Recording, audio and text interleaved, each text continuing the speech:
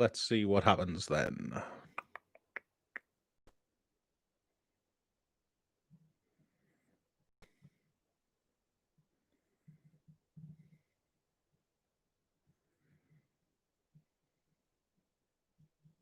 Hello. Ooh, we've got a visitor. We've got two visitors. That's a 100% improvement on one visitor. Just saying.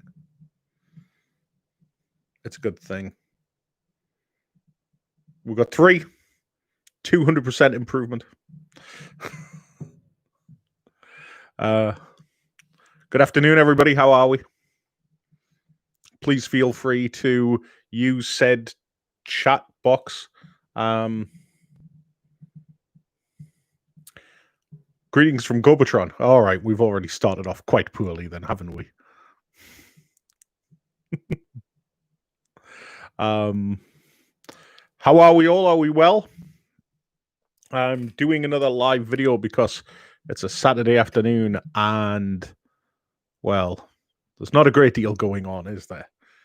Well, I mean, there's an awful lot of stuff going on, but on the basis of the fact that I am in lockdown, there is not a great deal going on. I'm using natural light, so I apologize that only one side of my face is actually lit, and the other is in shadow. So yeah, not a lot going on. So I decided, yeah, you know what? Why don't I just jump on here for half an hour, see who's about, see if there's anything interesting going on, and ultimately, I guess, just sort of enjoy the day in your company. I have no idea what we're going to talk about. Might be interesting, might not be. So if it begins to delve into the realms of pure boredom, then tell me and I'll stop. Very simple. And then I'll go back to doing what I'm actually supposed to be doing, which is moving furniture around, which is not very exciting. Well, it is. It is. I'm trying to set up in my other room a reading den, a reading area, because I am so far behind in my reading at the moment that it's not even funny, which is a problem. I have just read, this has nothing to do with Transformers, but I've just read Detective Comics Arkham Knight by Peter J. Tomasi.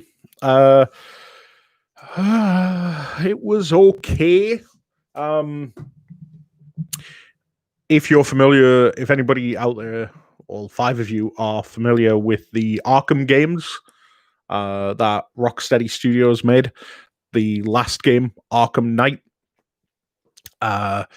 Well, Peter J. Tomasi did the tie-in comic for it, sort of the exploration of the Arkham Knight and who it actually is. I don't want to say who it is on the basis of the fact that I don't want to spoil the game for anybody, but the game's been out for like 3 years, and let's be perfectly honest, if you play that game, and if halfway through you don't already know who the Arkham Knight is, then there's something incredibly wrong with you. People worked out who the Arkham Knight was before the Arkham Knight even made it to store shelves. Like, as soon as they announced the Arkham Knight, people had figured out who it was, despite the fact that Rocksteady claimed that it wasn't. So it's kind of funny, Peter J. Tomasi has taken the character of the Arkham Knight and put them into the DC universe, but it's a completely different person. It's a completely different take. It's literally just taking the name, the Arkham Knight, and a similar aesthetic to the Arkham Knight in the game. And I say similar because this current one is a lot more sort of medieval knight. And that's kind of really the take that he's got on it, is that this is a knight of old. And it was all right. It was fine.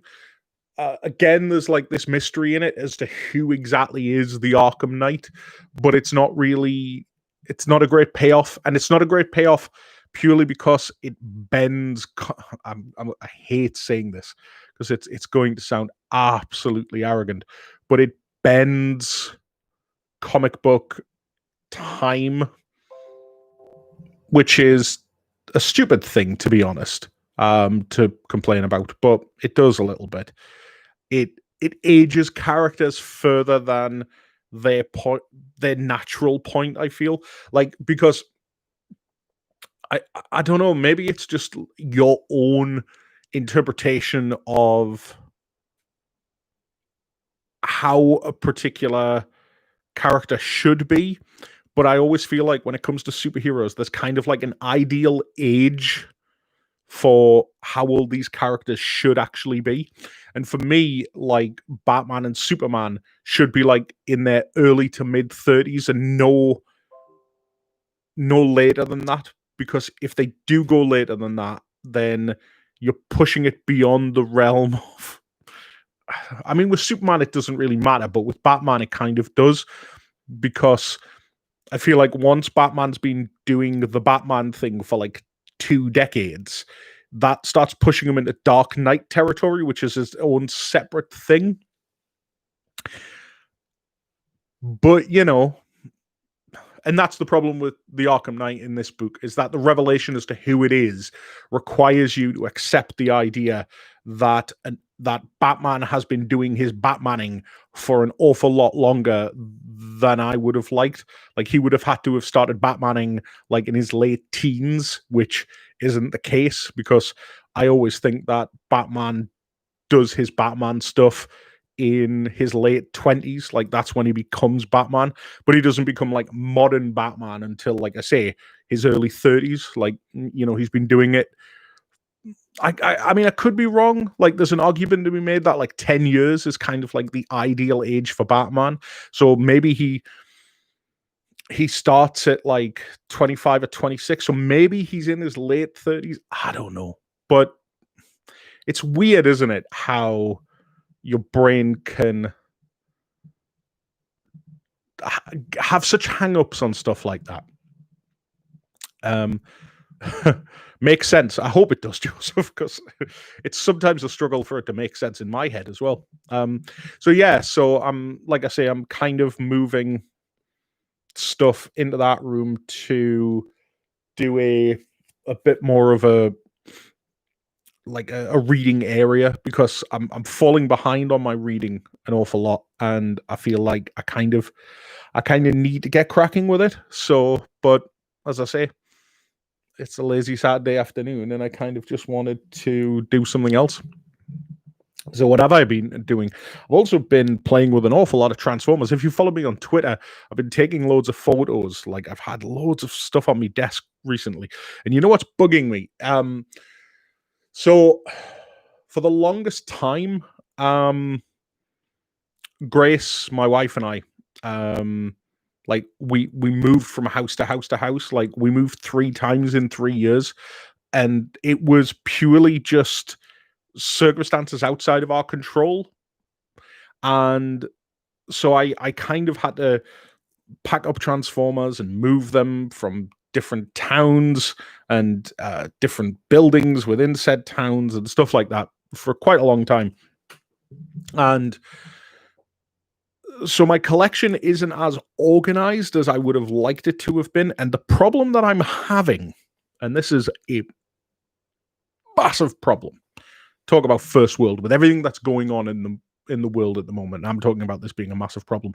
It's not a problem, it's an annoyance. It's an annoyance of my own making. Is that I'm missing a couple of figures, and it's really irritating me because I can't find them. And the 2 that I'm missing are the Titans Return Chrome Dome and the Titans Return Hardhead. And the reason that's annoying me is because when I display stuff, I tend to display them, as I've mentioned before, kind of in line with the Sunbow counterparts. And I'm currently over there. In fact, can I turn this? I don't know if you can see. All right. So yeah, so there, the top of that shelf is kind of all of my Generations figures that are sort of has Sunbow-esque interpretations of the Autobots. Okay, so you got Optimus Prime, you've got the mini bots, all of that stuff. On the left hand side, you've got basically season 1 and season 2, and on the right hand side, you've got season 3. And obviously, there's some cross pollination there because you've got characters like Perceptor and Blaster and Grimlock who were kind of those crossover characters, ones that specifically played a big role in season 3, because there's a lot of cameos in season 3, but there's not necessarily like specific episodes related to season 1 and season 2 characters. And so I want to put my Target Masters up there, but I can't find Hardhead and Chrome Dome, and it's annoying me. Really, really annoying me. Yeah, I've got mine as well. He's actually behind me in a box already. Nothing there. It's just because I'm tidying up and moving around and stuff. You'll have seen all of the... Actually, hold on. Oh, I'll do this again. So you can see there, that's all of the Batman the Animated Series figures that I've got that are in slight disarray. And the reason they're in disarray is because they're getting moved out of here and getting moved into the other room, basically the room where all the comics are. So once I've got space there, then I'll be able to put other figures, including Skylynx, who's a beast, because with the exception of that space, the only other space that I've really got for figures, to be honest, is there. And that's just all of the Titans. And then, like, I got my Superman thing there and blah, blah, blah, blah, blah. Anyway, so I might get some more floating shelves, but again, since we're in lockdown, ain't getting to IKEA or anything like that.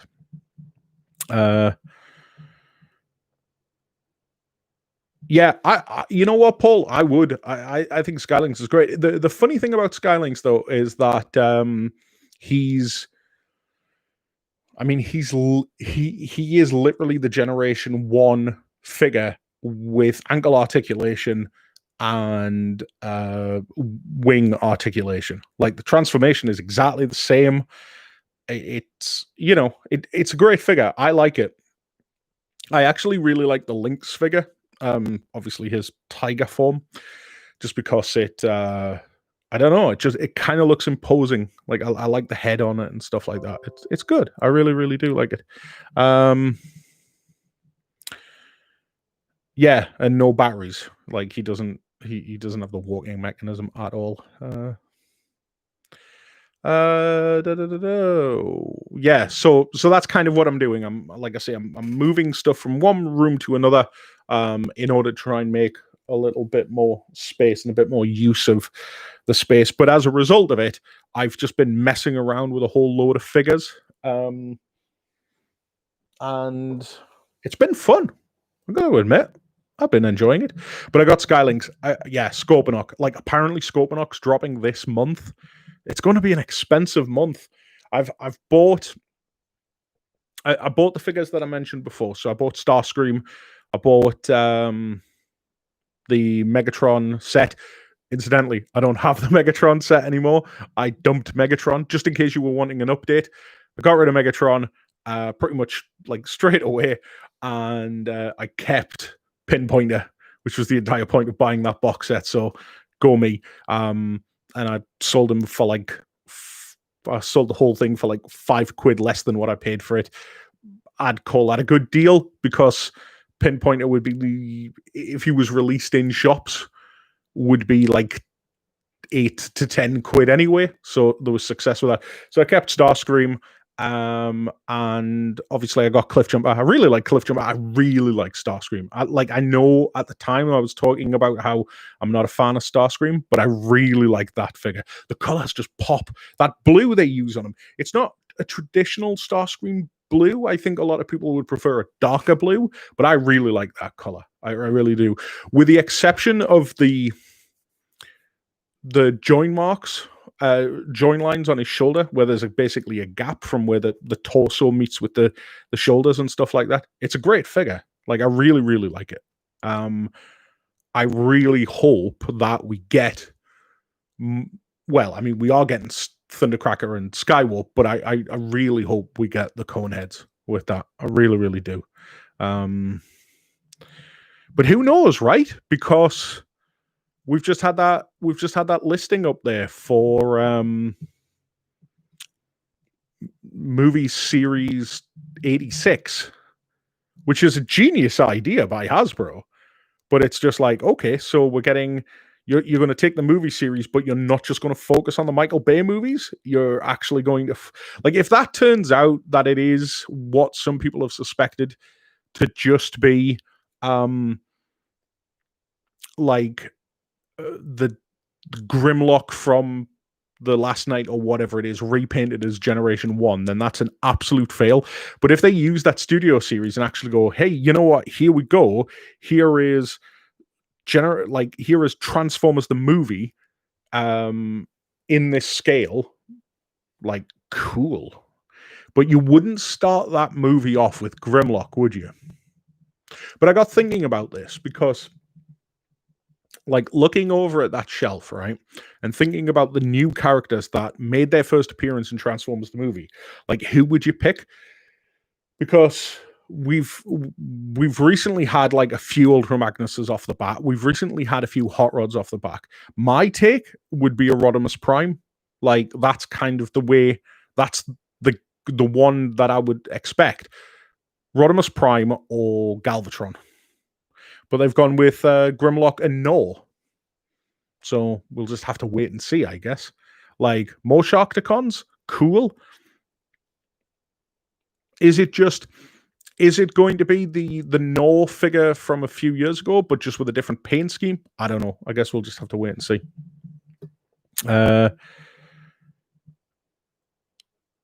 Yeah, the neck on Skylinks is pretty solid. I've got no problems with it.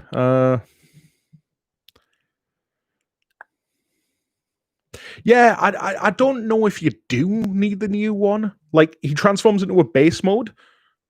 But that's it. You know, like, and even then, the base mode obviously isn't something that you absolutely need. I bought him just because I'm a fan of the character, and I want it. Like, we had the Skylinks from Combiner Wars a few years ago, which really wasn't. I mean, it was fine, but compared to this version of Skylinks, it's much better. But if you have the Generation 1 version and you want like a definitive version of Skylinks, I think you're good with either, to be honest. Especially at £70. You know, because at £70, you're kind of pushing the boundaries between what a Generation 1 Skylinks and this new one would cost. There's definitely more playability, like, with the new one. Like I say, because you've got the base mode and stuff, so it's better for kids. But if you're a collector and he's literally going to sit there on the shelf, sure, you've got a bit more neck articulation and a bit more head articulation, but that's it, really. Kapow says August. Hope that's because they need time to get the money together. What's that for Scorponok? Yeah, like, that's the weird thing. People are saying August for Scorponok. I think even is it Amazon is saying like September, but the rumors are that it's shipping this month. And if that's the case, then boy, take my money, because I've been waiting. Like, I've been waiting for Scorponok for, well, when did the original Scorponok come out? 86. Like, yeah, like, I mean, you think about that. That's a long time. I've been waiting for a Scorponok toy. Because really, when you think about it, like, yeah, I know we had Energon Scorponok and all of that stuff, but this is kind of a big deal. Like Scorponok and okay, yeah, there's the reuses of the name Beast Wars and all of that stuff. But they've never really given us a new Scorponok toy in close to over 3 decades. That's pretty impressive. And the fact that he's coming back in this scale. Now, don't get me wrong. Like, I think, give us the Titan Master version because, as I say, I'm a Sunbow kid. The idea of Scorponok being giant and huge is cool. But if he sells well, let's have a Voyager Scorponok. Let's split the difference for fans. In a couple of years' time, let's get a Voyager Scorponok in there. Let's get a Voyager Fortress Maximus in there for the Marvel comic book fans. Because even though, like I say, I'm a Sunbow kid, I would still pick up those characters because I think Scorponok, especially, and in fact, definitely Scorponok, has moved himself out of that Titan, he did it even in Marvel, much more than Fortress Maximus. Just my take on it anyway. But yeah, man, Scorponok. Like I'm super excited. Like, it's funny. I showed you guys earlier on that I've got my Titans over there and Fortress Maximus is over there, but he's missing a head. And the reason he's missing a head is because I need Cerebros like hanging around with the other headmasters, right? So Fortress Maximus's body is just hanging around over there. Now, in an ideal world, if I had the space, I would have him in ship mode. Yeah, it's cool, but it takes up too much space. Scorponok, like, as much as I love Zarak, yeah, I would totally have Zarak knocking around, except for the fact that Scorponok just has to be in robot mode, doesn't he? Because he's just so imposing. Like, he's just such a good design. In fact, he's cool, man. Scorponok, like, he just is. And it's funny actually because I still remember getting my original Scorponok toy for Christmas. And it's kind of a figure that's always sort of resonated with me a little bit. Yeah. What have we got? It actually has ratchets in the neck joint. I think they're ratchets. Skylinks we're talking about. Yeah, because we're not talking about Scorponok and his giraffe neck.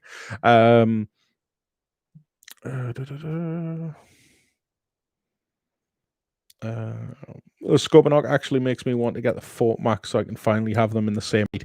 Well, that's it. Yeah, absolutely. I like the fact actually that Scorponok is slightly smaller than Fortress Maximus as well.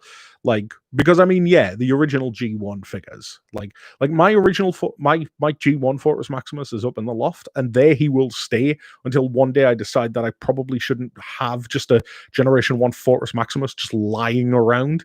But the fact of the matter is, you've got Titans Fortress Maximus. Like, I don't need a G1 Fortress Maximus lying around, but you can't really have Scorponok and Fortress Maximus like from the original G1 line. It just doesn't make sense because poor Scorponok got absolutely shafted. That said, he might have got absolutely shafted in terms of his height and stuff like that. But that Scorponok toy, man, that Scorponok toy has so much playability in comparison to, say, Fortress Maximus. Fortress Maximus, even as a fully grown adult, is unwieldy. The Titans, for the most part, with the exception, I would probably say, of Omega Supreme and Trypticon, Metroplex and Fortress Maximus are kind of unwieldy, and so is the original Generation 1. The Generation 1 Fortress Maximus, specifically because of the heft of him. Like, he's just weighty. There's a reason he failed all those safety drop tests. But I can't even remember the point that I was trying to make here. They're heavy, they're weighty and stuff like that, but the original Scorponok toy is just right. He just fits so nicely. Like, if he was smaller, like, he would fit perfectly in a collection, like for today's current figures, and there's not many Generation 1 figures that you can say would be able to like stand on a shelf next to current figures, and your brain to sort of trick you into thinking that they're all part of the same series. Yeah. So I've been, like I say, I'm clearing out all of these little alcoves and stuff like that over there, moving the Batman figures over into the other room. And then I'm just going to have like little individual displays. So at the top, I've got basically my Autobots. The second row, I'll have Decepticons. And then third row, well, what I thought with the third row was kind of like I would just pick sort of things that don't really fit within my perception of what Generation 1 Sunbow should be. So, for example, like I've pulled these two figures out recently and I've been playing around with them. Which is obviously the Titan Masters, Overlord, and Power Master Optimus Prime, or whatever they call them. But, from my perspective, it's Mega and Giga and Jinrai. I mean, yes, I know this isn't the Jinrai version that they released. But, that could be a shelf. Like, there could be a Master Force shelf, couldn't there? Like, I don't see why not. I don't have any of the other ones. Like, didn't they do wasn't there like a Minerva? Did they do a Titans? I want to say maybe it's a third party. Maybe I've seen a third party, and they've done like a Titans Return Minerva or a Headmaster Minerva to like fit within that scale. That would be great. It would be great to get them. But like my brain would quite happily stick Getaway in there, because obviously he wasn't in the Shunbo show. He wasn't in the Shunbo shows. Money. But you could do that, So there's things to be doing. Would love an 86 movie series leader Galvatron. Well, yes. Like I say, leader class in a Voyager scale. Pack in accessories, make them worthwhile. Just scale them right, and then give us a Rodimus, because I posted this on Twitter the other day. I was playing around with the powers of the Prime, Optimus Prime, and the one that's got Orion Pax in the middle of him and stuff. Great figure, like absolutely fantastic figure. The Hot Rod Rodimus Prime one, the Hot Rod is great, probably the best Hot Rod toy we've ever had. The Rodimus thing, he's too big. Like, he's giant, he's massive, and he's bulky as hell. Like, forget the fact that he was once Hot Rod, and forget the fact that Hot Rod and Rodimus are basically the same design with a few extra lines on his face, just in a slightly different color scheme. Just give us a Rodimus, like, make a new Voyager class, well, leader class, because you want his Caravan. But you also want the robot to be in a Voyager scale. Like I say, I think Voyager scale is the ideal scale to go for now. The Commander class, like what Skylynx and Jetfire were. Sorry, I keep looking over there and you can't see over there, and I really apologize. I know it's annoying, but that class, the Commander class, is great for those types of figures, but those figures are few and far between. I say just keep the Voyager scale, and do, if you're going to do a leader class, keep it in the Voyager scale, and just bungle in a load of accessories. But yeah, Galvatron needs a new one. That Titan Masters figure has problems. We've never had a great Galvatron toy, like a truly great Galvatron toy. The Generation 1 toy is what it is. It was fun as a kid. It was packed with gimmicks. It had sound and all of that stuff, and it was great. And it was fun to play with, but it's not a great toy. Again, scaling is an issue with it, like a massive issue with it. He's giant compared to Rodimus Prime. Yeah. G1 Scorponok will always be one of my favorite toys from any line. Great toy, looks amazing, and was always the one that killed Optimus Prime when I played as a kid. Or alternatively, if you read the Marvel comics, actually, he didn't kill Optimus Prime, did he? He died saving the planet from Unicron and died in Optimus Prime's arms. So that was a complete lie. I don't even know why I said it. Would you like to see the Pretenders get generations upgrade? Yeah. Yeah, absolutely. Like as a fan of the Super God Master Force show, like one of the things that always irks me is that I never bought that set that had Metal Hawk in it. And that was the only way to get that figure. Like for years, while IDW was gearing up with its More Than Meets the Eye and all of that stuff, I was saying for years that I wanted like a Metal Hawk figure, and then they finally released it in some goddamn set that was almost impossible to get here in the UK, and now costs an absolute fortune if you want it. Like all I want is that Metal Hawk figure.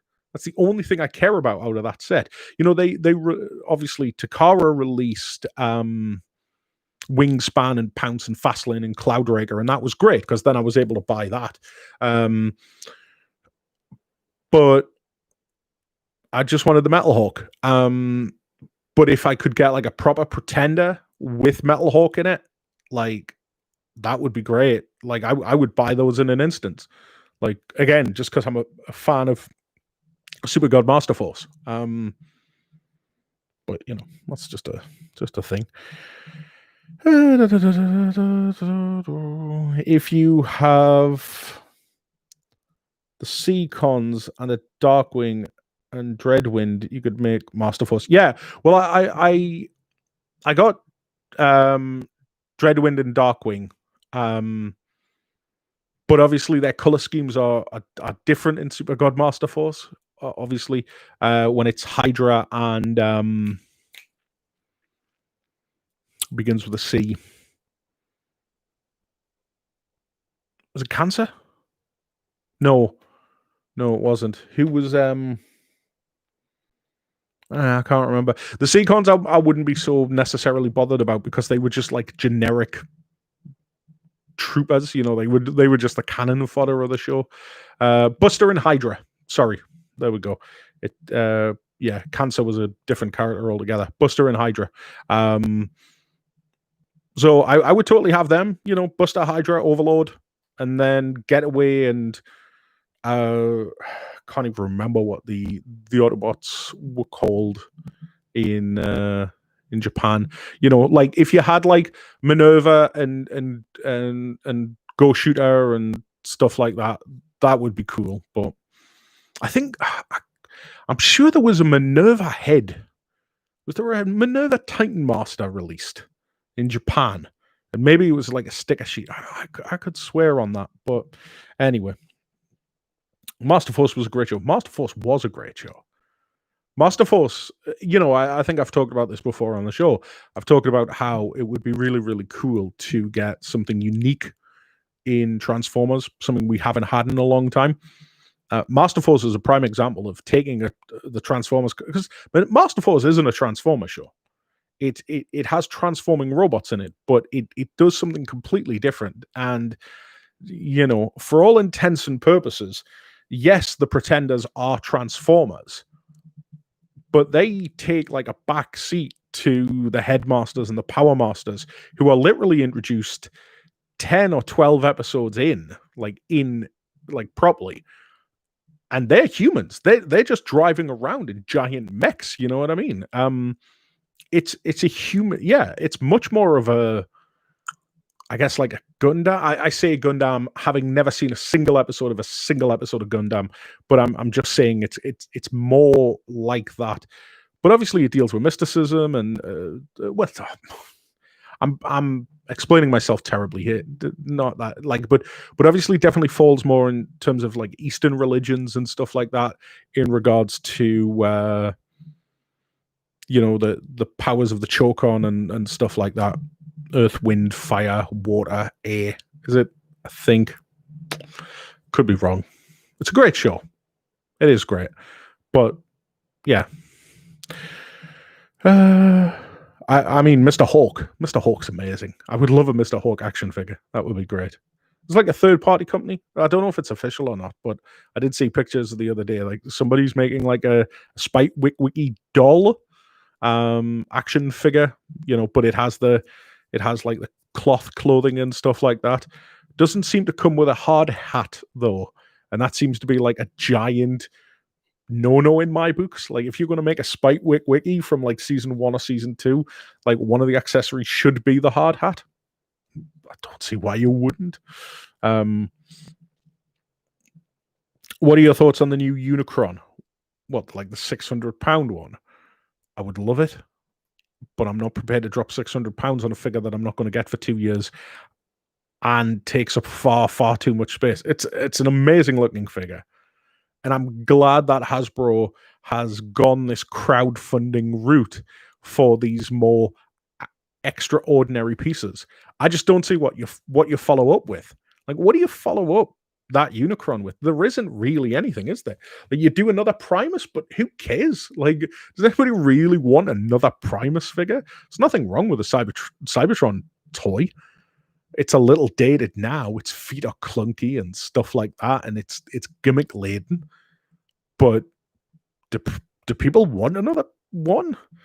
What are they going to make next? Like just a round Cybertron? Dave, that's iconic. I always was tempted by the same set, but wasn't interested in the Metal Hawk. Maybe we can work something out. Sorry, that's ironic. Yeah. Yes, we can. How about you send me Metal Hawk? That's pretty much as far as my plan goes. Yeah, shoot me a message. Like we'll see what we can do.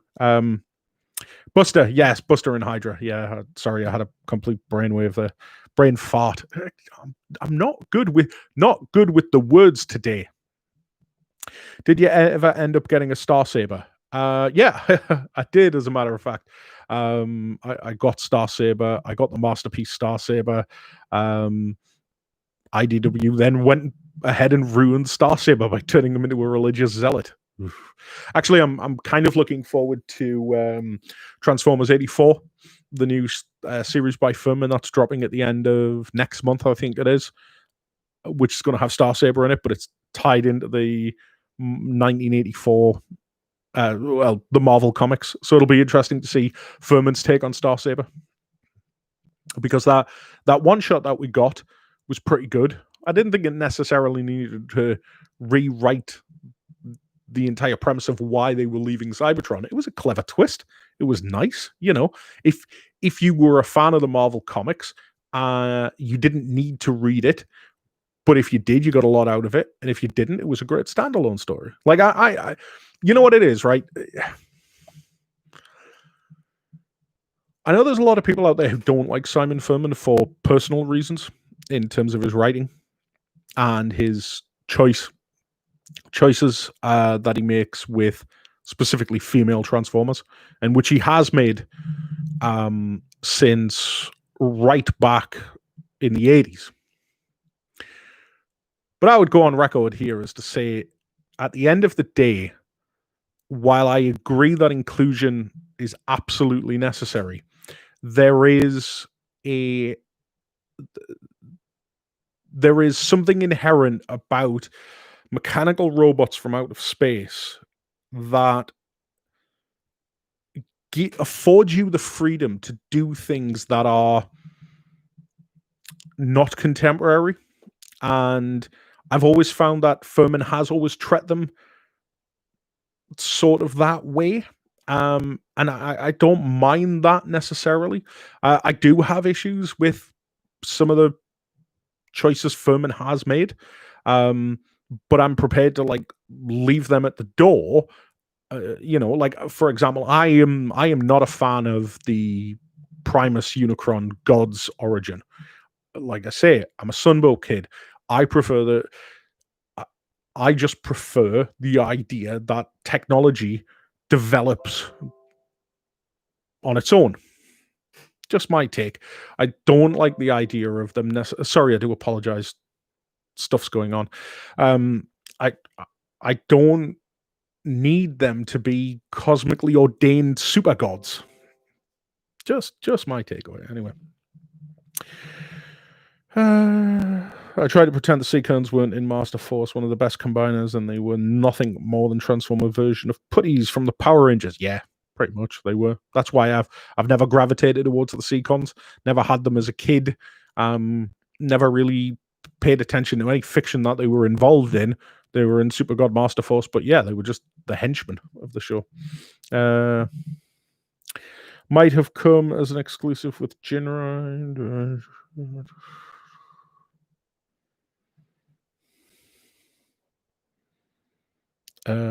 Question: do you read the Transformers novels, Transformers Exiles and Exodus? Were those the aligned books? I think they were, weren't they? No, I didn't. I've always found Transformers have struggled, to be honest, with novels and novelizations. They've never really been my thing. I've always thought, like, again, just because of the imagery of these giant robots and all of that stuff, that the Transformers just works better as comics. So I've never been particularly bothered about novels, and I think the issue that I probably had with Exiles and stuff like that, if they're the books I'm thinking of, which is part of the aligned continuity, was that I had a real issue with the aligned continuity. And my issue basically stemmed from the fact that Hasbro were basically saying everything's part of the aligned continuity. It's all one long continuity, but you go off here and you do what you want to do, and you go off here and you do what you want to do, and you go off here and you do what you want to do, and don't care about what anybody else is doing.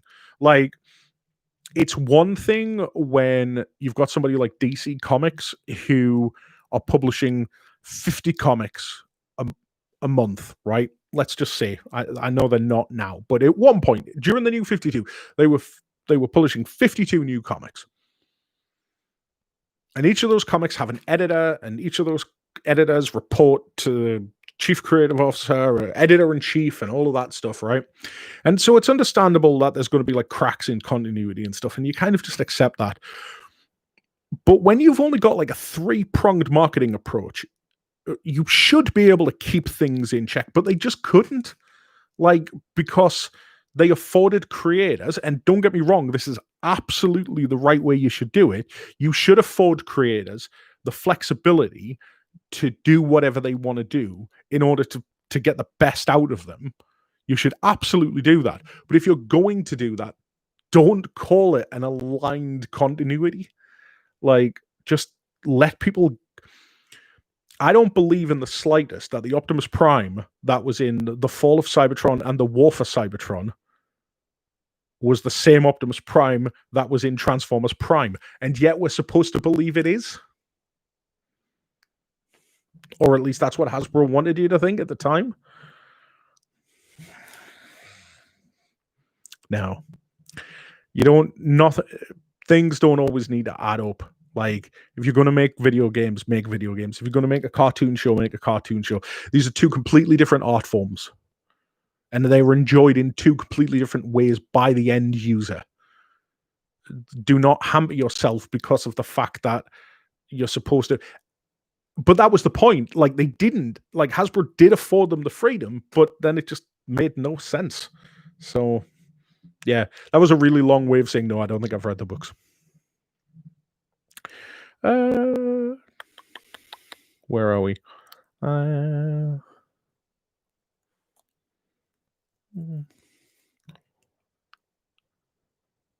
Have I seen Young Justice Outsiders?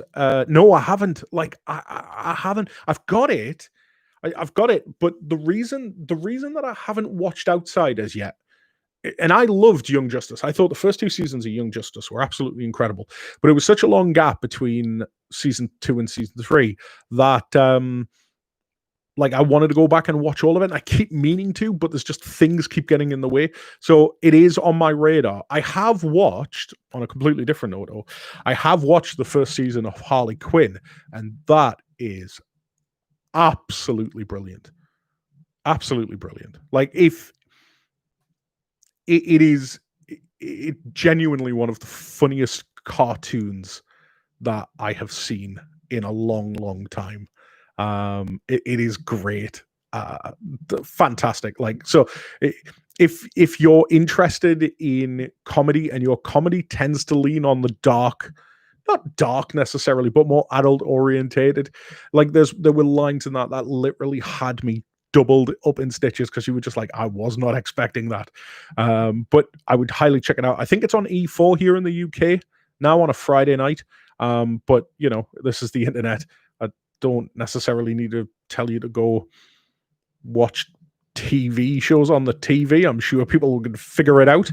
But find Harley Quinn. It's great. And yeah, I will get around to Young Justice Outsiders. Because I think they're getting a fourth season. I hope they are.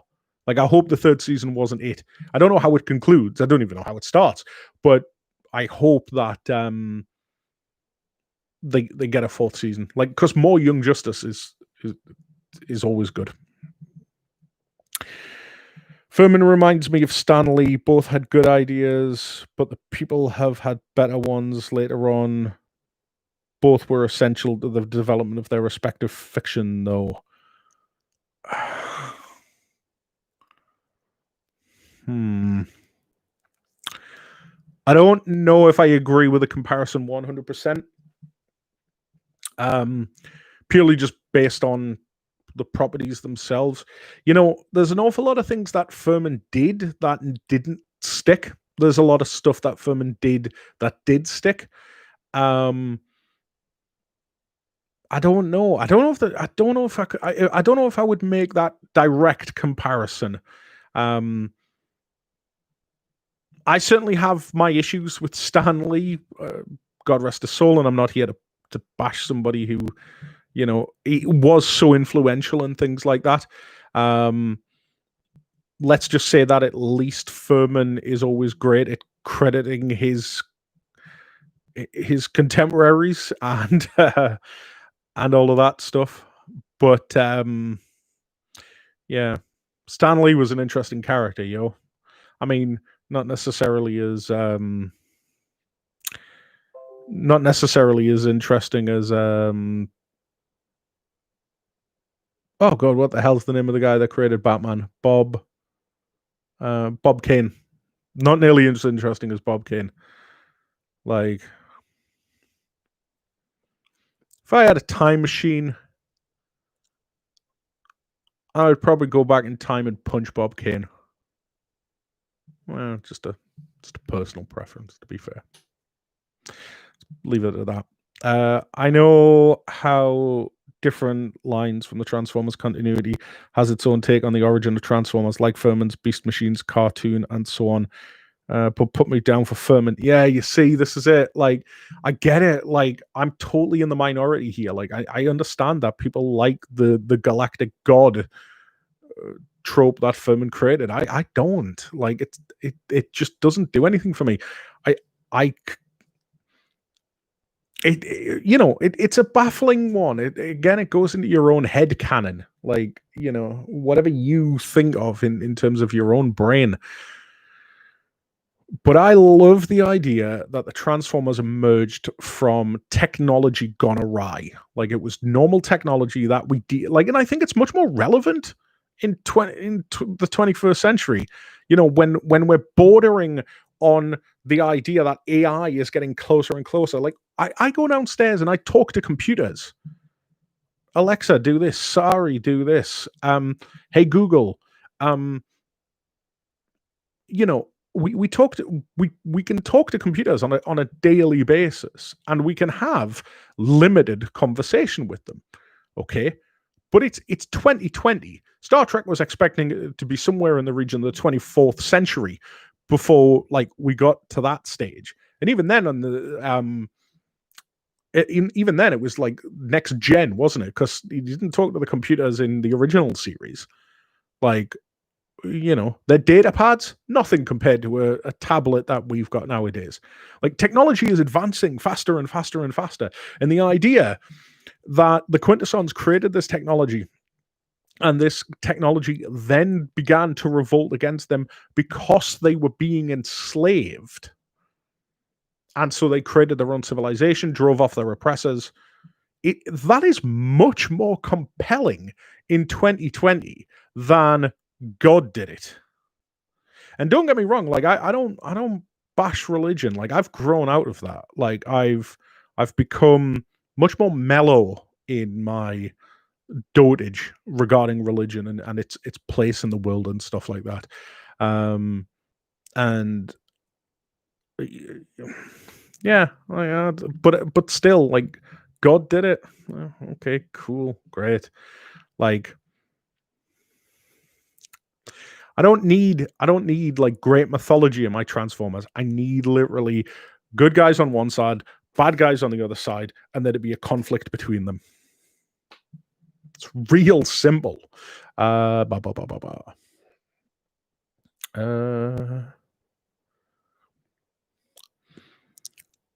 read the prequel of the first live action movie. It blew. No surprise there. Not a good type of fiction for Transformers at all. No, I don't think novels are. I think I did read that one, actually. Was that like Bumblebee was like just knocking around on Earth, wasn't he? I seem to remember it. Yeah, boring. Dave, what do you think the idea of the Unicron Primus God thing being something the Quintessons programmed in the Transformers to mask the true origins from them? I think that's just unnecessary. Again, it's I don't need it explained. I don't need them to explain it. Like, by all means, have Transformers use things like, may Primus preserve us and all that stuff, just the way we would. You can litter those things in. You can have all of that stuff in. You can have mythology that builds the world up. But just like the IDW universe, traded, well, the Lost Light and More Than Meets the Eye, traded so much on this idea that there was this epic backstory, this grandiose adventure that they were going on. They were literally going to find God.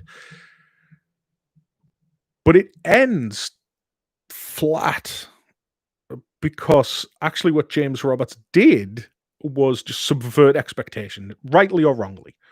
Your mileage may vary as to whether or not he did that. I mean, obviously his story wasn't about the adventure. His story was about the characters who were on that adventure. But so the idea of just like, all right, okay, the Quintessons are the Quintessons have like tricked the Transformers into believing God. I don't need it. I don't need it. What's your favorite run on DC right now? It's difficult because comics and stuff, and DC has pulled out a diamond. Holy crap! Like, the biggest thing to happen to comic books in the last 25 years, with the exception of maybe, like, say, the death of Superman and like X-Men #1, has just happened. Like, Diamond Comics no longer has a stranglehold. How DC is like, I don't know what this means for like international distribution and stuff like that. What it's going to mean for like Diamond. Like, is Diamond going to crumble? It's literally lost one of the big two. What is DC's plans? I have no idea, but I am like super interested and slightly worried at the same time, because AT&T have bought Warner Brothers, and there's been a lot of talk backwards and forwards about what DC was planning to do, what they're not planning to do now. This whole 5G initiative, seems to have been scrapped and all of that stuff. But like, I am going to be so interested. Anyway, what am I reading at the moment that I'm really liking?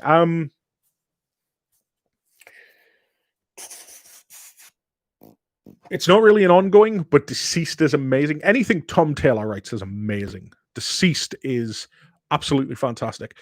Even if you're not a DC Comics fan, I would highly recommend picking up the first trade paperback of Deceased. It's basically DC's answer to Marvel Zombies, but it's done so cleverly.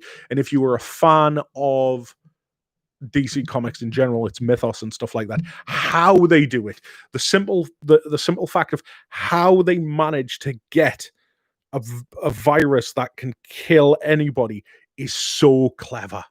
It's such a good idea. Like, if Tom Taylor came up with that idea himself, then the man is literally a genius. Deceased is incredible. It's so good. And they've just finished up like a little mini series that they did, and now they're doing a digital first series as well, which I'm an issue or so behind on. But that's really good. Joelle Jones as Catwoman. Like, she's leaving the book soon, and I am so gutted about that. But Joelle Jones's run on Catwoman has been fantastic. What else? What else am I really enjoying at the moment? Like, I'm not struggling because of like but it's just because, like I say, it's been such a while since we had like comics coming out and stuff like that. But those are two really good ones that I'm thoroughly enjoying.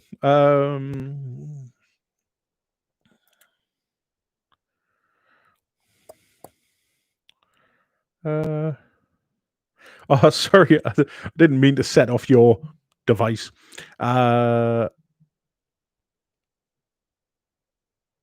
the closer we get to Judgment Day, that's it. Yeah. Here's an idea for you. Transformers pitch for you. Transformers that are made on Earth.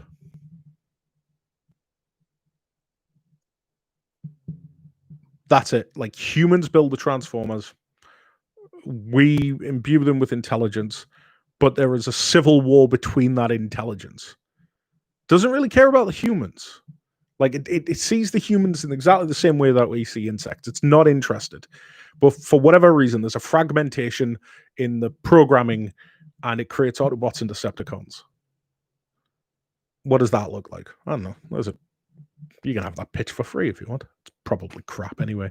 It would need fleshing out. What have we got? Oh, we're nearly on an hour here. Generally, I tend to keep these to an hour, but let's have a...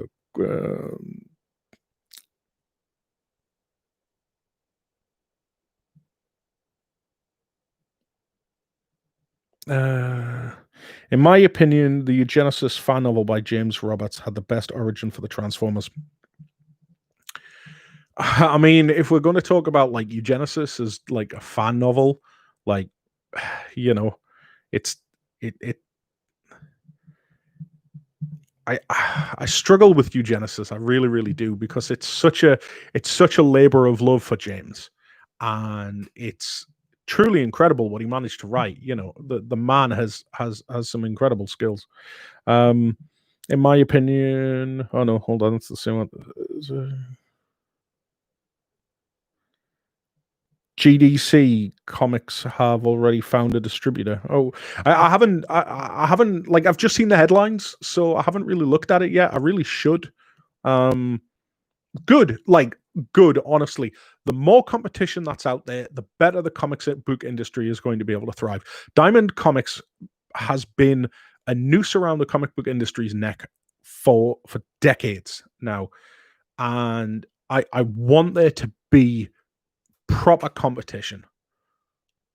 I really do. Because competition breeds excellence.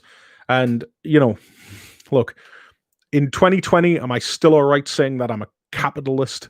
Like, you know, I believe capitalism is the best society anybody thus far has been able to come up with and prove that exists in a stable way, right? So on that basis alone, more competition breeds better excellence, breeds better comics, and at the end of the day, the people who win are the people that want to pay the money to get the stuff. So break the diamond hold on comic books. I think DC have made absolutely the right choice. In the 90s, Marvel had their own distributor, I think part of the Malibu deal. Oh, well. We all remember how well Marvel did in the 90s. Like, it's hard to believe if it wasn't for, oh God, what was his name who bought Marvel Comics in the 90s? If it wasn't for him, could you imagine what the world would be like if Marvel Comics had just been bought by, like, I don't know, like a dairy company or something like that, and they just shut it down? They were just like, all right, well, we've got these properties and stuff like that. Like, that's the terrifying thing. Like, Marvel went bankrupt in the 90s. What if Warner had bought them? No, Warner didn't. Did Warner own them at the time? Late 90s, I think they did. Yeah, it must have been late 90s. You know, could you imagine that? Like a world in which, like, Marvel now doesn't exist. Disney to buy DC. Get out of here. No, thank you. I don't want any of that. Thank you very much. I want the mouse to keep his paws directly off my comic books. Look, it's not about whether or not I think Marvel or DC are better. The reason that I don't want Disney buying DC is the same reason I didn't want AT&T buying Warner. The more people that get involved in it, the more at risk it is. Comic books is an incredibly niche market. As much money as Disney have made through Marvel, it has not affected the Marvel comic book sales. It's incredibly niche.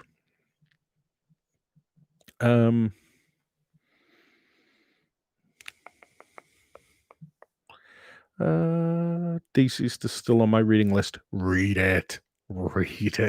So good. Transformers built on Earth who don't care about humans, so Dinobots. I mean, yeah, but that, like, yeah, it's the Dinobots. Let's do a Dinobot show.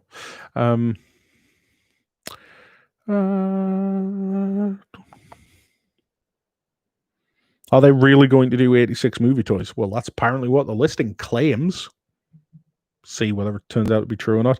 I forgot who it was that think Jim Shooter wanted to buy them. Did Jim Shooter want to buy them? I think he did, because he got fired. He got fired, like, was it the early 90s or mid 90s? I think, yeah, I think there's something to that, because then obviously he went off and formed Valiant. I think, if I'm remembering my comic book history correctly. The 90s, a great time to be to collect comics. I can't tell whether or not you're being serious. Like, I don't know if you're being genuine or sarcastic with that. Like, I agree with you.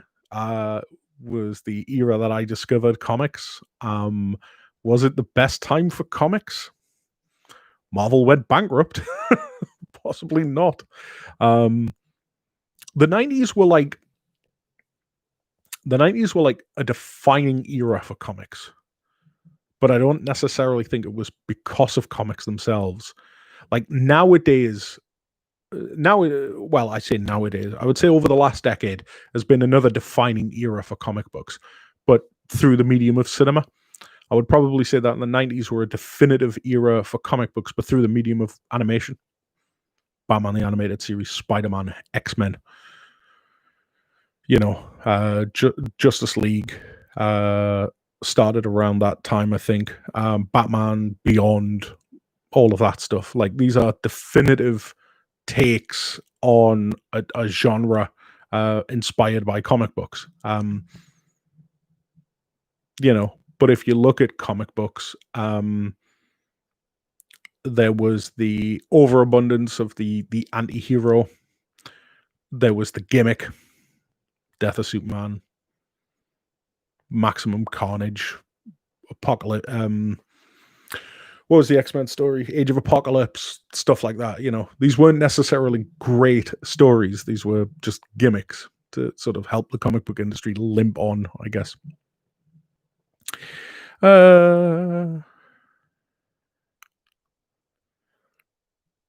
Yo, what's your opinion on IDW input on Transformer comics? I think IDW has struggled as a smaller publisher to to sustain the Transformers, and as a result, has had to reboot itself and rebrand itself over and over again. I think that's hurt it. I don't think the relaunch has been as successful, but you know, they've been publishing Transformers comic books longer than anybody else. So from that perspective, all power to them. Thoughts on the Siege Earthrise? Which figures would you recommend? Earthrise Optimus Prime, absolutely. Earthrise Starscream is really good. Siege, I love the Ironhide mold. Ironhide Ratchet, Crosshairs. I love that mold. I just think it's great. It's beefy, chunky. I love the 90s Death of Superman, Nightfall, Onslaught, 0 Hour, Age of Apocalypse. Yes to the Death of Superman, yes to Nightfall. You know what? One of the very first X-Men comics that I ever read was Who Finally Stopped the Juggernaut, which I don't remember much about it. All I remember was Beast and Bishop were like coming back from the cinema, and they see like a comet like streaking through the sky and like smashes on the ground and stuff like that, and they go running and stuff, and there's just this giant crater, and inside this crater is Kane Marco, aka the Juggernaut. He's just lying there. Now, as a kid who watched the X-Men cartoon, I loved the Juggernaut. I thought the Juggernaut was great, like because he was just so imposing. And then you had like X-Men Children of the Atom and like the Street Fighter and X-Men games, and his sprite was just huge, and you were like, wow, the Juggernaut is cool. And he's totally unstoppable. And then I read this comic, like Who Finally Stopped the Juggernaut, and I'm like, who did this? And then you play X-Men versus Marvel versus Capcom, and you get to the last boss, and it's Onslaught, and you were like, oh my god. And then obviously they tie it all back into Charles Xavier using his powers to mind blank Magneto after he basically rips Wolverine's skeleton, his adamantium, out of his body and stuff. What was that? That Fatal Attractions, I think, was the issue. I mean, those were moments. Those were definitely moments. So yeah, my previous dismissal of the 90s comic books notwithstanding, yeah. I wonder if they ever did anything with Onslaught afterwards. I'm sure they probably did. Goes round and round and comes back. Oh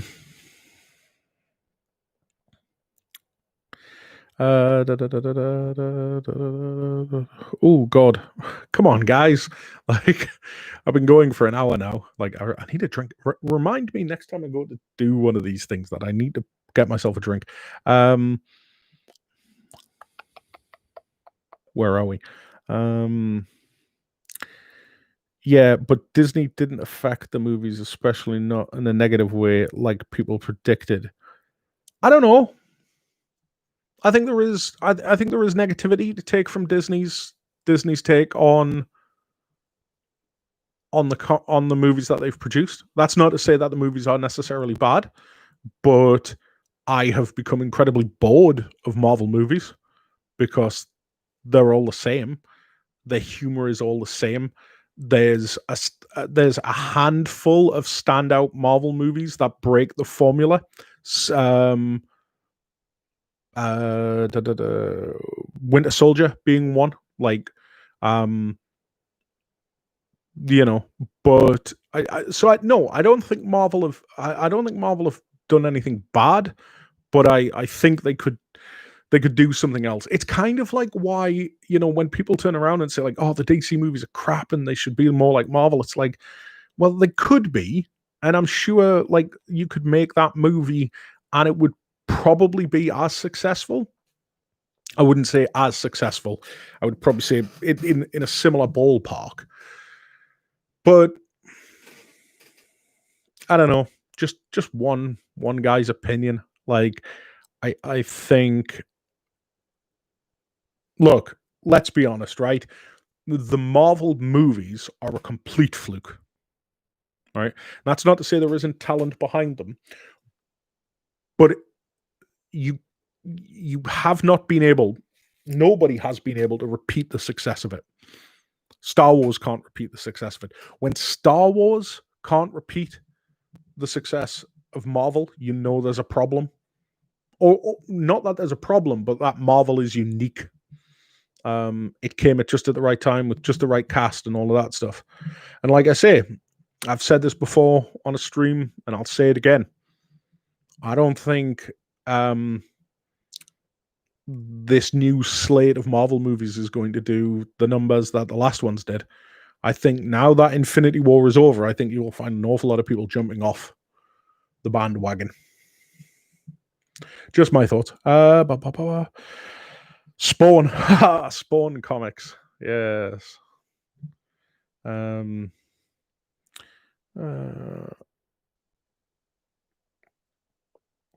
Vinnie Jones, yeah. Once he starts moving, he doesn't stop. I absolutely hated the Apocalypse X-Men movie because it wasn't anything like Apocalypse from the cartoon. Yeah, you know what? I said exactly the same thing. I think unfortunately the guy that did Apocalypse's voice has passed on, unfortunately. But like when I went in to watch X-Men Apocalypse, I literally only went to see that movie because it had Apocalypse in it. And I was so bummed, man. I was so bummed because what I wanted, like, I think every 90s kid who watched the X-Men movies can probably quote this line, right? That line Apocalypse says in the cartoon was, "It's a mutant. I am as far beyond mutants as they are beyond you." Like that's Apocalypse. You know what I mean? It's just like gimme, gimme, gimme, gimme. But we didn't. Yeah.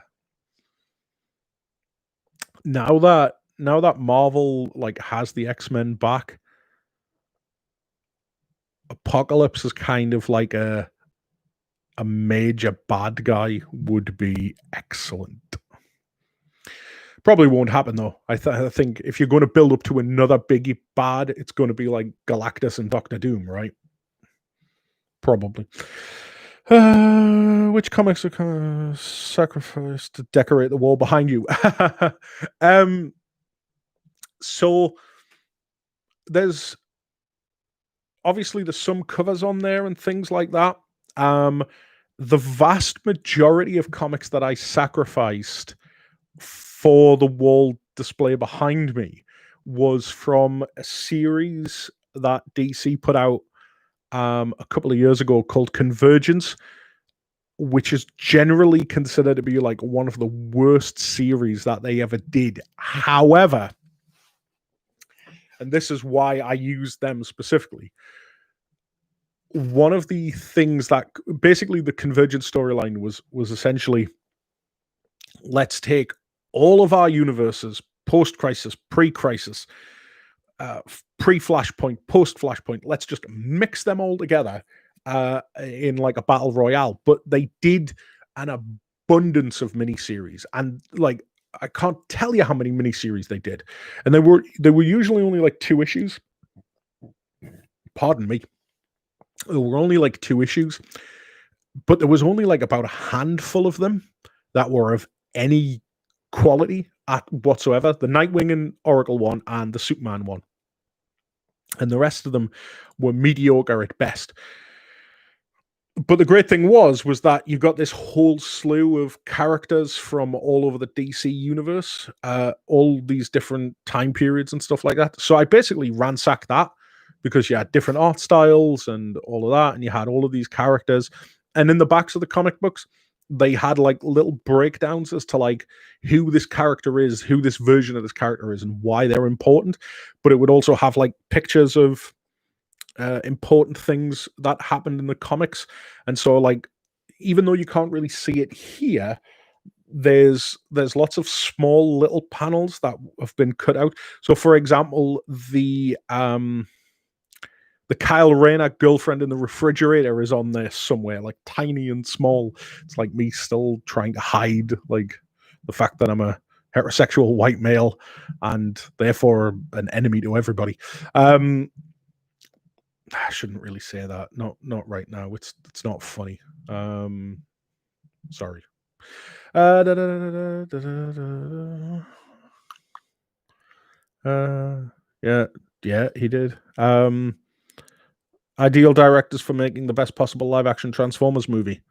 Um, the guy that did Bumblebee was perfectly fine. You know what it is? I always, I don't dismiss the question, um, or anything like that. But I've never been great at being able to say like, oh, this person's really creative. Like I can with writers, but when it comes to directors, I don't know.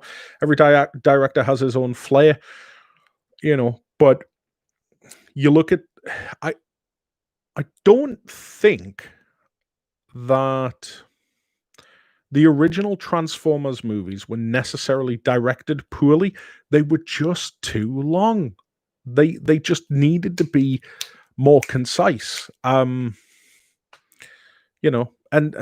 plus on top of everything else, like I know obviously it's fun to rag on Michael Bay, but like Michael Bay directed one of my all-time favorite movies, which is The Rock. I really like Armageddon. I love the first two Bad Boys movies. He directed the Meatloaf I Would Do Anything for Love music video. The guy is talented, and he's done an awful lot of stuff which I truly, truly love. The problem with those Transformers movies are they're an hour too long every single time, with the exception of Bumblebee. So, yeah. I've been exposed to Dreamwave comics before any other type of Transformers comics. I don't get why people shit all over their run. No, hey, I got back into Transformers because of Dreamwave. Like I really do. I know why people don't like the Dreamwave stuff. The art is an issue. It's bloated and stylized. And stuff, but it never got its conclusion, and so they were still in the building mystery phase of Dreamwave and stuff like that, and without any payoff, and it looks like we'll never ever get any payoff for it. We got payoff for War Within. We knew how War Within 3 was going to end for Furman, and we know how Energon was going to end thanks to Furman and stuff like that. But the original G1 stuff, no, like Brad Mick, what was it? Adam Paddock, and what was the other fella's name? The two guys that were collectively Brad Mick. They've said that they're never going to spill the beans because they're owed so much money. If I was a millionaire, I'd find them, I'd give them the cash, and I would just say, "Look, tell me how it ended," because I want to know. I love Dreamwave, like I always will. Vinnie Jones, best role, was gone in 60 seconds, and amazingly, he barely talks. Yeah. Lock, Stock, and Two Smoking Barrels. Snatch. Was he in Snatch? Yeah, he was. But can you do a Wolverine in a movie without Hugh Jackman? Could you do a Superman in a movie without George Reeves? Yes, because here comes Christopher Reeve. Could you do Superman without Christopher Reeve? Yes, because here comes Dean Cain. It wasn't a movie or anything like that. New actors will come along. It might not be your favorite definitive take, but yeah, absolutely. Of course you can. Plenty of people who would be able to play Wolverine. And I mean, like, kind of, if you go back and watch those original X-Men films, like, Hugh Jackman isn't buff in them. Like, Hugh Jackman doesn't become buff until, like, the Wolverine solo movies. It's like, one of those times have a CG actor over a real actor. Movie more enjoyable with Apocalypse. Will you do a Transformers review again with updated bios, comics history, and all like you did in the past? You know what? No, I think is the short answer. I hate to disappoint. There's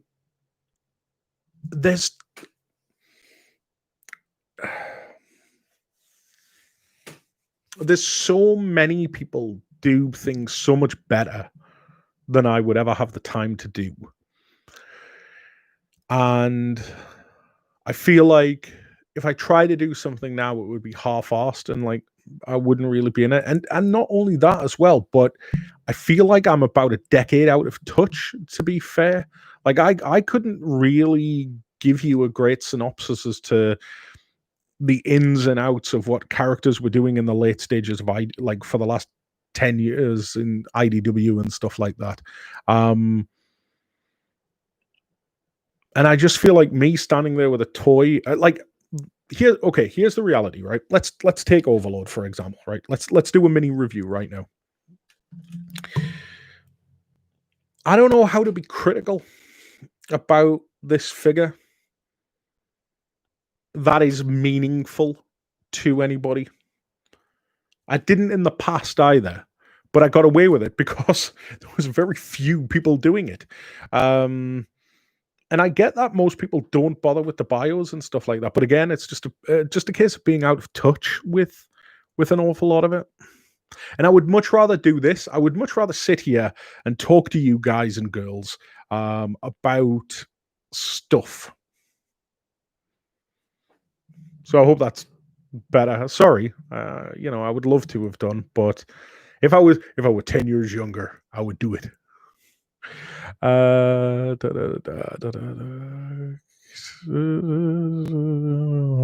Convergence could have been so good. It was crap. Should have been like Celebrity Deathmatch. It would have been great if it'd been done in the 90s. Yeah, let's get it on. Oh, Celebrity Deathmatch, man. So good. So good. Yeah, it could have been. But like I say, hey, it serves to form the basis of this wall that I have behind me. That Nightwing and Oracle 2 issue, however, written by Gail Simone, is still amazing. It's got like one of the best cliffhangers in comic books. Bar none. If you're a fan of Barbara Gordon as Oracle, that is.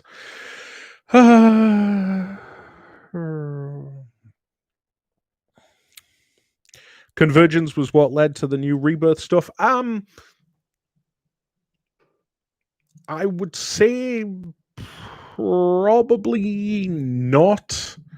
I think what led to the new Rebirth stuff was the fact that the new 52 was in the toilet. And DC realized that, oh, wait a minute. Legacy, man. That's the problem. Damn it. It's kind of one of the reasons why I'm glad Dan DiDio is. I don't like anybody getting fired. But Dan always had a problem with Legacy. And he actively tried to stomp it out. But I think DC is built on Legacy. Much more so than Marvel. Infinitely more so than Marvel.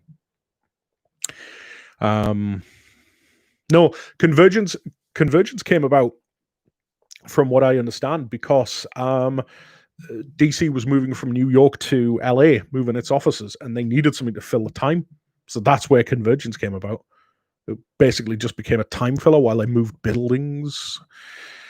The path to the artwork was iffy, but done right was actually good. You're referring to Dreamwave? You know what? I didn't mind Dreamwave's artwork, like it's of its time and stuff like that. Earthrise, Megatron, Soundwave, Thrust, and Cyclonus picks. What? What? Do we have breaking news?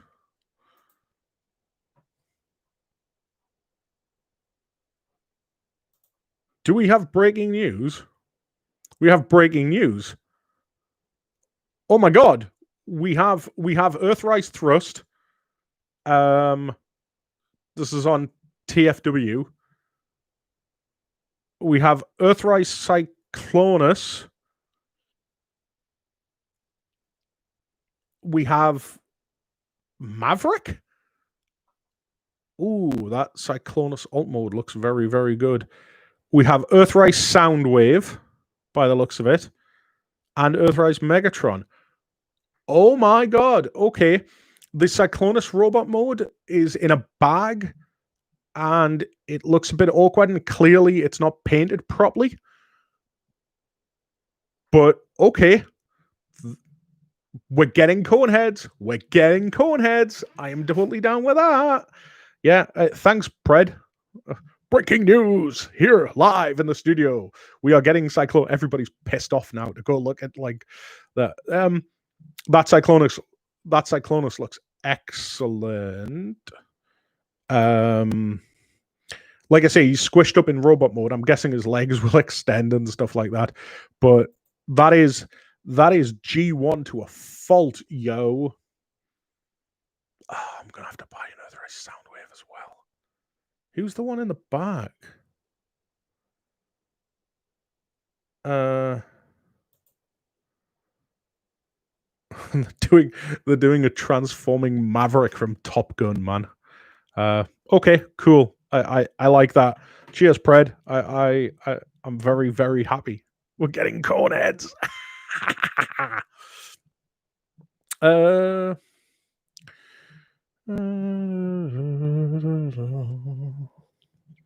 man, if they don't want a quick review, I know who to watch. You provide depth or a unique perspective on them.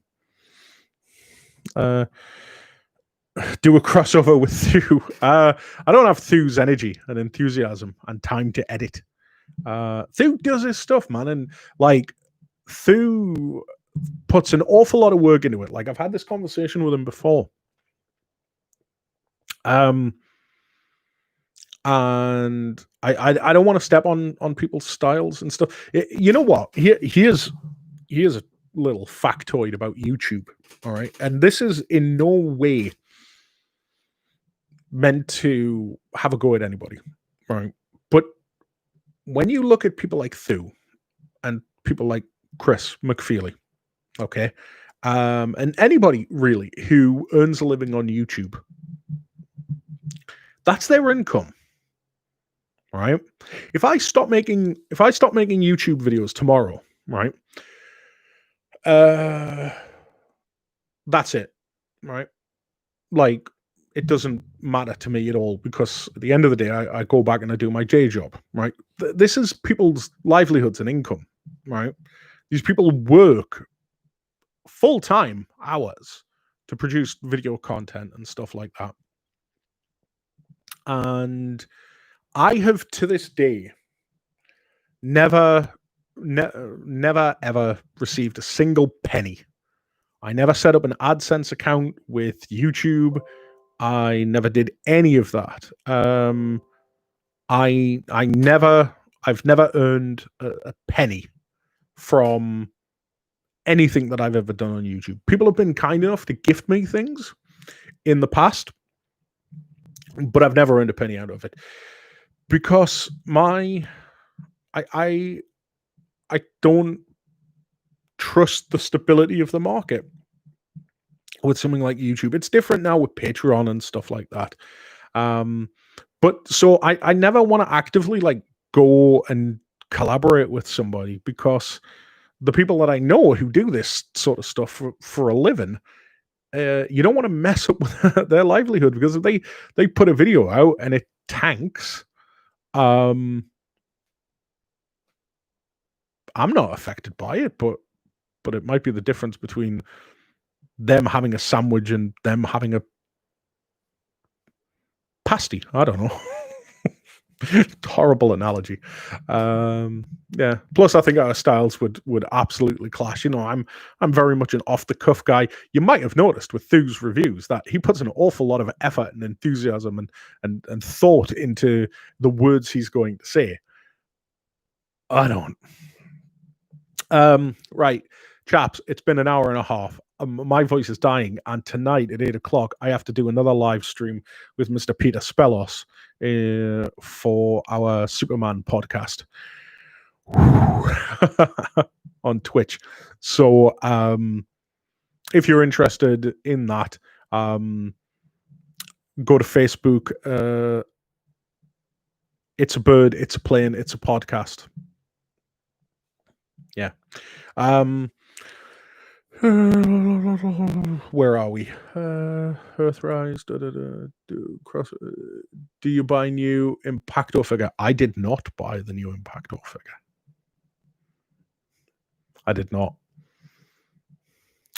Should have done. I didn't. The Cyclonus in those picks looks like a retool of Generations 1.